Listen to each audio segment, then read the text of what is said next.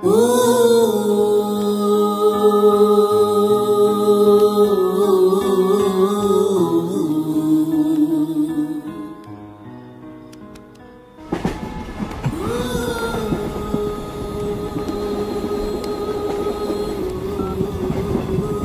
చెప్పక.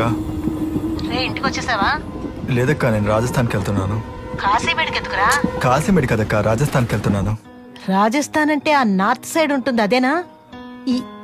ఈ ఆటోలో రాజస్థాన్ వరకు వెళ్తున్నావా? ట్రైన్లో వెళ్తున్నానక్క. ట్రైన్ రే కాస్త అర్థమయ్యేలా చెప్పు. నాకే తెలియదక్క నేను ఎందుకు ఈ ట్రైన్లోకి వచ్చాను. ఎందుకో అనిపించింది, అలా వచ్చేసాను. ఏమిట్రా సాయంత్రం నేను ఇచ్చిన 1000 రూపాయలతో అంత దూరం వెళ్తున్నావా? అవునక్క. నన్నేమన్నా డబ్బులు పంపించమంటావా గూగుల్ పేలో? కానీ తిరిగి వచ్చిన వెంటనే ఇచ్చేయాలి, నేను లెక్క రాసుకుంటాను.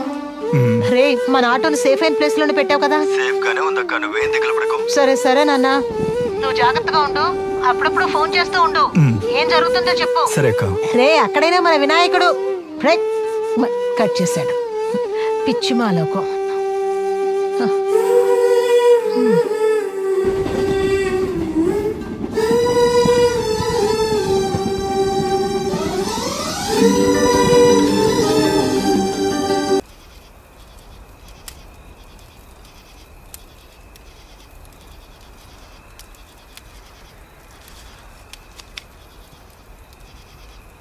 मैं 38 साल से प्रेस में काम कर रहा था। जब भी पहले मैं हर साल घर जाता था तो मेरा दिल ऐसे धड़कता था अपनी बीवी के सामने जाने के लिए, जैसे मैं उसे पहली बार देख रहा हूँ। आज मैं 10 साल बाद घर जा रहा हूँ और मेरा दिल पहले से ज्यादा धड़क रहा है कि अब मैं उसको देखूंगा तो क्या होगा। ఏమంటున్నారు? ప్రెస్ గిస్సు అన్నారు, అర్థమైంది. మిగతాదేంటంట? ఆయన తన భార్యని అమితంగా ప్రేమిస్తున్నారు. 10 సంవత్సరాల తర్వాత చూడబోతున్నారు కదా, అదే ఒక వైబ్రేషన్. ఓ మావయ్య, వైఫ్ మీద అంత ప్రేమ పెట్టుకుని ఇన్నాళ్ళు ఎందుకు వెళ్ళి చూడలేదు? గణేష, ప్రతి మనిషిలోనూ ఒక విషయం ఉంది, స్వార్థం. हर इंसान में धीरे धीरे स्वार्थ का जहर घुल जाता है।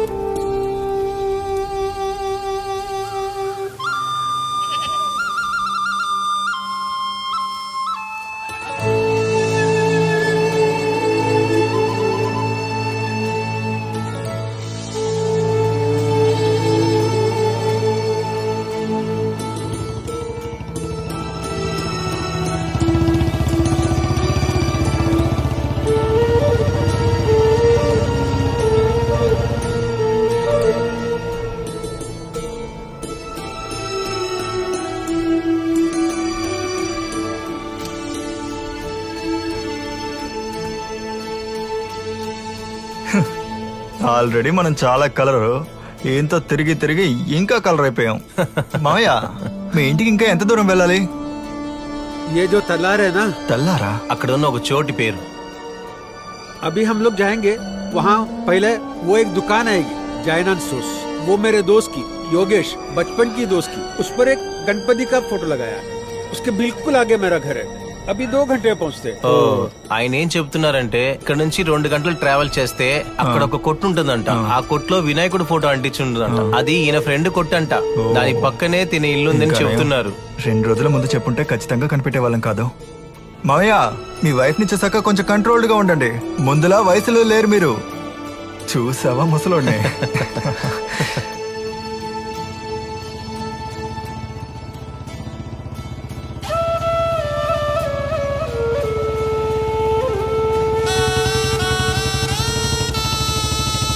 బ్రో బ్రో బ్రో బ్రో, అదిగో వినాయకుడి ఫోటో, వినాయకుడి ఫోటో అదిగో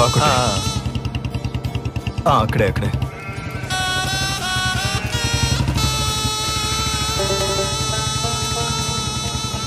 మెల్లగా మెల్లగా. ఆయన పేరేంటన్నారు? యోగేశ్వర్. ఉన్నారేమో కనుక్కోండి. योगेश्वर जी, योगेश्वर जी आपका दोस्त।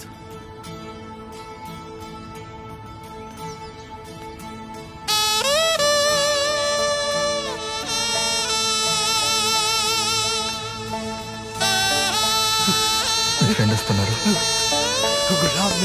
योगेश्वर योगेश्वर योगेश्वर मेरे दोस्त योगेश्वर योगेश्वर योगेश्वर मैं अपना आंखें खो चुका हूँ.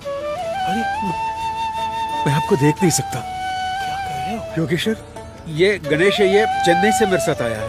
और ये विकी विकी हमको रास्ते में मिला.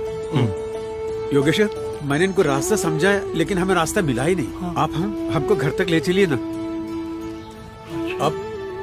अब साथ चलिए ना.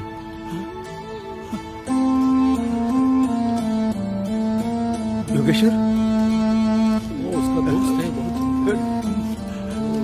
योगेश्वर योगेश्वर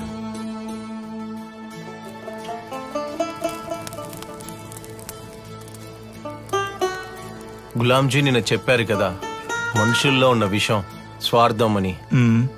అక్కడ చూడు, తన దగ్గర అది కొంచెం కూడా లేదు.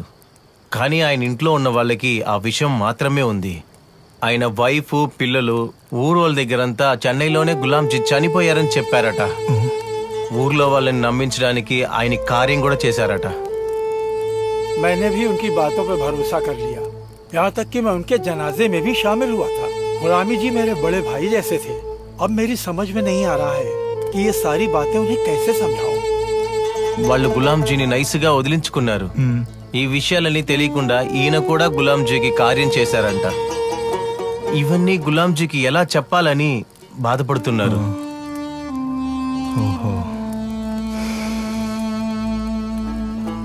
కానీ ఒకరిని ఇన్ని రోజులు దూరం పెట్టడానికి ఏదైనా కారణం ఉంటుంది కదా. अरे इंसानों के लिए वजह कोई बड़ी बात होती है. కారణం ఉండుండొచ్చు. అందుకనే గులాంజీ ఇన్ని రోజులుగా ఊరికి రాకుండానే ఉన్నారు.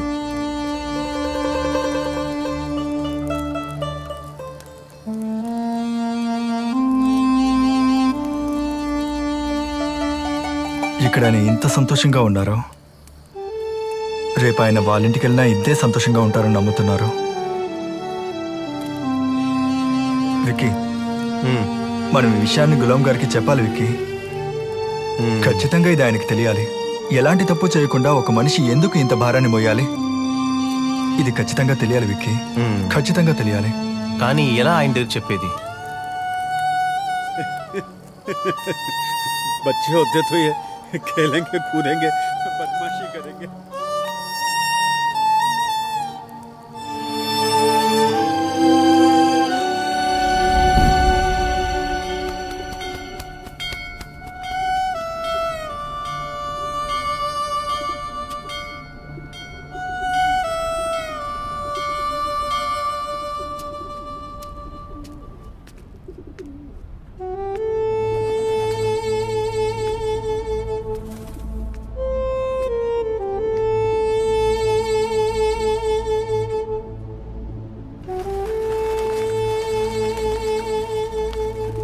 మావయ్య, మనం అందరం అక్కడికి వెళ్దాం. నేను వాళ్ళతో మాట్లాడి చూస్తాను.